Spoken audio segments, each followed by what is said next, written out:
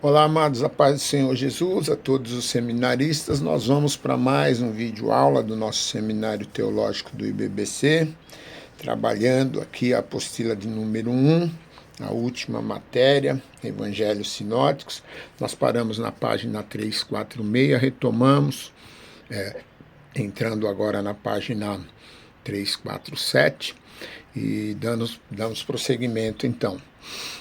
Os estilos literários de cada autor variam de acordo com o seu propósito e o destinatário da obra. Por exemplo, o estilo de Mateus é menos distinto que o de Lucas. O estilo de Mateus foi influenciado pelo uso que ele fez da Septuaginta, enquanto que o de Lucas é muito mais literário. Muitos os consideram a mais bela obra literária da Bíblia. O Evangelho de Marcos tem um estilo mais comum, enquanto o de Hebreus, por outro lado, revela um grego extremamente polido, de alguém familiarizado com os escritos dos filósofos e os seus pensamentos. O estilo de Paulo é mais enérgico e está numa boa forma literária. O grego de 1 Pedro é polido e culto, enquanto que o de 2 Pedro é quase rude no seu caráter. O estilo de João, Evangelho e Epístola, revela que foi escrito por alguém cujo pensamento e idioma eram o aramaico. O livro de Apocalipse, assim como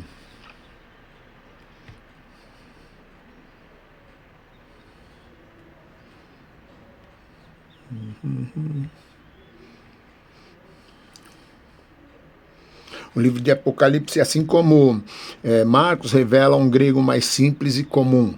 Toda essa diversidade de estilo dos autores neotestamentários enriquece o texto bíblico e tornou possível a comunicação e a revelação de Deus a leitores como Teófilo, de alta posição social, a quem Lucas dedica o seu evangelho, e a leitores mais simples, aos cristãos romanos, para quem Marcos destina o seu evangelho.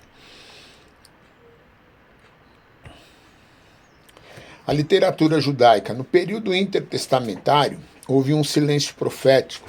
Deus não se revelara ao seu povo como costumeiramente o fazia até a época de Malaquias. Mas não se pode dizer o mesmo sobre a produção literária entre os judeus nesse período. Não houve um silêncio literário, muito pelo contrário, muitas obras foram escritas nesse período. A tradição oral recebeu a forma escrita e muitos tipos de literatura foram escritos pelos judeus, tais como história, ficção, sabedoria e apocalípticos. Esses escritos foram classificados em dois grupos conhecidos como apócrifos e pseudepígrafos. O período de formação da literatura judaica é geralmente considerado como o período histórico entre 200 a.C. e 200 depois de Cristo. Na literatura judaica, nós vamos ter, estamos terminando a página 347, o primeiro Talmud. É uma grande coleção de escritos de tradição oral memorizada que envolvia questões de interpretação acerca da lei do Antigo Testamento, que se originou no tempo de Esdras, se desenvolveu durante os séculos posteriores e foi preservada em forma escrita no Talmud judaico. A tradição judaica alega que a lei oral foi entregue a Moisés, juntamente com a lei escrita, para completá-la e explicá-la, e que ela precisava ser adaptada às condições mutáveis de Israel. Essa é a crença comum até hoje entre os judeus tradicionalmente ortodoxos. Acreditava-se que a grande sinagoga que se formou depois dos dias de Esdras tinha autoridade para realizar essas adaptações. A lei oral era transmitida pelos homens da grande sinagoga, que por sua vez a transmitiam aos escribas ou rabinos, os quais por sua vez passavam fielmente de geração em geração. Há dois Talmudes, o da Babilônia e o de Jerusalém. O babilônico é 4 vezes maior e chega a aproximadamente 6.000 páginas grandes. O Talmud se divide em 2 partes. A Mishnah, que é a lei oral desenvolvida pelos rabinos dos 2 primeiros séculos cristãos, e a da Gemara, que é um comentário sobre a Mishnah feito por rabinos que viveram no século 3 ao 5 depois de Cristo. A Mishnah se originou da Midrash, que é uma coleção antiga de tradição rabínica que continha a interpretação bíblica dos rabinos. O vocábulo Midrash se deriva da raiz hebraica darash, que significa sondar, investigar, ou seja, descobrir um pensamento que não pode ser descoberto, que não pode ser percebido à superfície. A Midrash era comentário sobre a lei e outras escrituras do Antigo Testamento que começaram a ser feitas na época em que o remanescente voltou para Israel, ou para a Judéia, depois do exílio babilônico. A primeira Midrash foi compilada pelos Soferim, escribas, no século 4 a.C., e visto que ela era mais antiga que a Mishnah, estava vinculada diretamente às Escrituras. Os judeus do primeiro século depositavam nela maior confiança do que na Mishnah. A Midrash se dividia em Alashot e Agadot. A Alashot consistia de regras e prescrições legais baseadas no Pentateuco, desenvolvidas a partir da lei oral. A Agadot, baseada nas escrituras, como um todo, contém um misto de alegorias poéticas, narrativas populares, lendas, poemas nupciais, orações fúnebres, pesquisas filosóficas e parábolas encantadoras. A Mishnah, proveniente da Midrash, era dividida em 6 ordens principais, chamadas de Sedarium, que são, primeiro, leis agrícolas e deveres religiosos. Segundo, estabelece as diversas festividades do calendário religioso. Terceiro, aborda as leis relativas ao matrimônio, ao divórcio, ao casamento levirático, do levirato, ao adultério e as regulamentações para os nazireus. 4, trata da legislação civil, das transações comerciais, de diferentes espécies de modo de proceder legal, além de uma coletânea de máximas éticas dos rabinos. Trata da legislação referente ao sacrifício aos primogênitos, aos animais limpos e imundos. E 6, estabelece as leis que se referem à pureza e à impureza levíticas, às pessoas, aos objetos puros e impuros, e as purificações também. Essas leis, ordens ou livros estão subdivididas em 63 tratados que consistem em 525 capítulos ao todo. O Talmud contém histórias populares a respeito de Jesus, e o único manuscrito existente do Talmud babilônico foi produzido em 1343, que atualmente se acha em Munique, na Alemanha. Esse manuscrito foi editado em forma impressa em 1912. O Talmud de Jerusalém foi editado em forma impressa por L. Ginsberg em 1909 e se encontra em Leiden, na Holanda. A importância do Talmud se dá pelo fato de que as alusões à cultura e aos costumes judaicos que se encontram nos evangelhos são encontrados com riqueza em detalhes no volumoso Talmud. Vamos agora tratar dos livros apócrifos.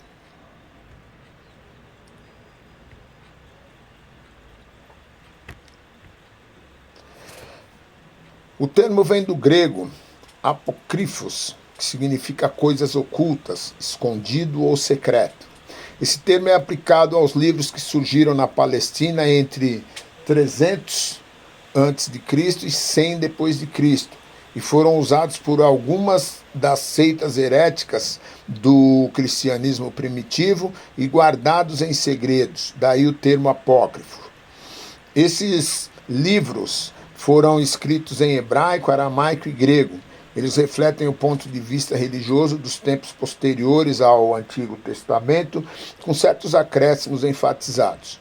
Quanto ao caráter, esses livros contêm história, ficção, literatura de sabedoria e apocalíptico. Alguns dos termos mais abordados por esse livro são a ressurreição do corpo, raramente mencionada no Antigo Testamento, a imortalidade da alma, influenciada pela cultura helênica, angelologia, consequência do dualismo, e doação de esmolas. Alguns livros apócrifos têm um grande valor histórico, outros são clássicos devocionais e outros pura ficção e invenções resultantes de uma imaginação fértil. Os apócrifos foram incluídos na Septuaginta como um adendo ao Antigo Testamento canônico, e daí passou para a tradução Vulgata de Jerônimo, que fez uma distinção entre os libris ecclesiastici, livros eclesiásticos, e os libri canonici, livros canônicos. O resultado foi que os apócrifos receberam um status secundário. Os apócrifos não constavam no cânon hebraico, e no primeiro século os judeus da Palestina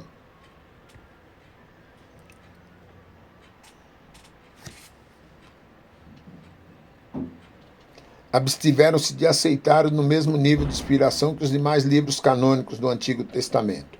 O Novo Testamento não cita nenhum dos livros apócrifos, ainda que alguns eruditos reconheçam algum paralelo de pensamento e de linguagem entre ele e os canônicos. Em 1546, no Concílio de Trento, 11 livros apócrifos foram considerados canônicos pelos católicos, que ainda hoje os defendem como livros inspirados e, portanto, canônicos. A relação dos livros apócrifos são a seguinte: primeiro e segundo Esdras; 2, Tobias; 3, Judite;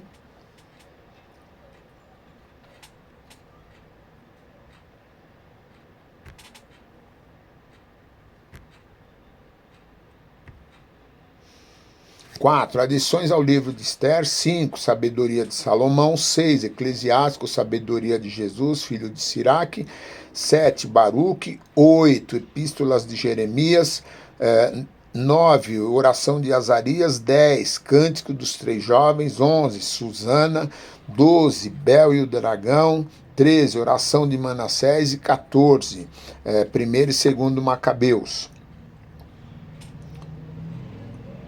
Prosseguimos.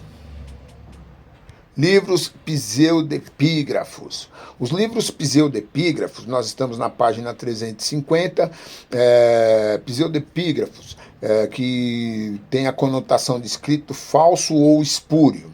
Foram assim chamados porque não foram escritos pelos autores aos quais são atribuídos. O termo foi usado para se referir especificamente à ideia de falsa autoria.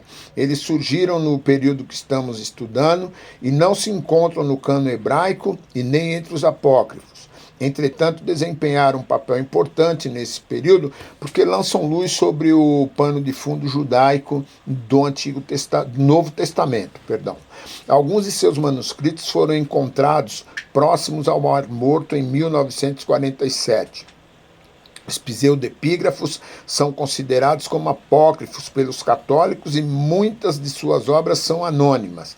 Eles foram escritos no período que vai de 200 a.C. a 200 depois de Cristo, quase todos de caráter apocalíptico, e foram preservados em vários idiomas como grego, latim, siríaco, cóptico e armênio. Aborda temas filosóficos, apologética, ética, visões e profecia. As influências dos pseudepígrafos se vê na teologia judaica e no Novo Testamento. Temos como alma ascensões aos céus e descidas às regiões infernais, tornaram-se temas populares entre os judeus. Sobre o Novo Testamento, a influência se vê na Epístola de Judas, versículos 14, que é o segundo empréstimo direto de uma fonte pseudepígrafa, feito por um autor canônico, extraído do livro de 1 Enoque. Além disso, existem alguns empréstimos de expressões verbais feitas desses livros, o que indica que alguns autores do Novo Testamento tinham conhecimento. Encerramos a página 350. Tinham conhecimento desses livros. O relato feito por Pedro sobre a descida de Cristo ao Hades, veja em 1 Pedro 3,18, parece ser uma influência do livro de 1 Enoque, já que esse livro tem um relato muito similar ao descrito pelo autor canônico. A contribuição dos pseudepígrafos não se deu somente na teologia judaica, mas, ao que tudo indica, também se deu no pano de fundo teológico do Novo Testamento, relação dos pseudepígrafos. 1, 1º e 2º Enoque, 2, 2º e 3º Baruque, 3, oráculos sibilinos, 4, testamento dos 12 patriarcas, 5, testamento de Jó, 6, vidas dos profetas, 7, vida de Adão e Eva, 8, assunção de Moisés, 9, martírio de Isaías, 10, paralipomenos de Jeremias, 11, jubileus, 12, salmos de Salomão, 13, epístolas de Aristeias e 14, 3º e 4º Macabeus. Alguns manuscritos encontrados na caverna de Curana, próximo ao Mar Morto, foram incluídos nessa categoria, os quais são documento de Damasco ou Zadoquita, 16, regra da comunidade ou manual de disciplina, 17, guerra entre os filhos da luz e os filhos das trevas, 18, descrição da Nova Jerusalém, 19, hinos de ação de graças, 20, salmos de Josué, 21, literatura pseudo-jeremíaca, 22, literatura daniélica apócrifa, 23, vários comentários sobre os salmos, Isaías, Oséias, Miqueias, Naum, Abacuque, Sofonias, e 24, vários livros sobre leis, liturgias, orações, bem-aventuranças, mistérios, visões e cálculo astronômico e registros de calendário.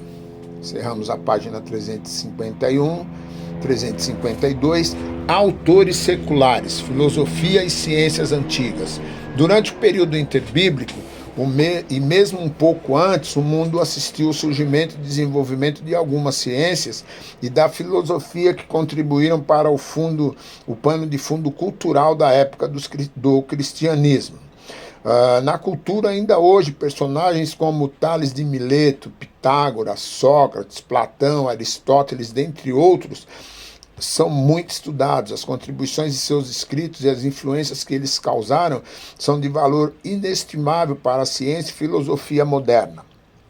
O nascimento do cristianismo não se dá num vácuo cultural e intelectual, pelo contrário, a filosofia platônica, bem desenvolvida nessa época, por exemplo, influenciou grandemente os autores do Novo Testamento com a sua teoria da dualidade. Trataremos aqui de forma bem sucinta as obras e contribuições de alguns dos grandes personagens intelectuais desse período e de outros que foram contemporâneos de Jesus e de Paulo. Sendo eles, vamos falar alguns. O primeiro, Tales de Mileto, que viveu de 640 a 546 a.C., nasceu na cidade de Mileto, na Grécia, e praticamente foi o pioneiro da filosofia grega. Foi o primeiro a inquirir a respeito da natureza subjacente de todas as coisas. Ele acreditava ter encontrado na água a substância última, a base de todas as coisas. Foi um notável cientista capaz de prever o eclipse solar de 585 a.C. Algumas de suas ideias e teorias foram: 1. A Terra é um disco que flutua em um vasto oceano como um pedaço de madeira. 2. Criou o conceito conhece-te a ti mesmo. 3. Ensinou o princípio do nada em excesso, que foi a famosa moderação dos gregos. 4. Talvez por influência das cosmogonias egípcias e babilônica, desenvolveu o conceito da água como base para tudo, e que ela é o único elemento que pode explicar o universo inteiro. E 5. Ensinava que todas as coisas estão repletas de deuses. Nós encerramos na página 352 e damos prosseguimento na página 353 com Pitágoras, um dos filósofos, o segundo filósofo. Ok? Deus abençoe, boas aulas, façam as recapitulações e preparem-se, as provas estão chegando. Deus abençoe.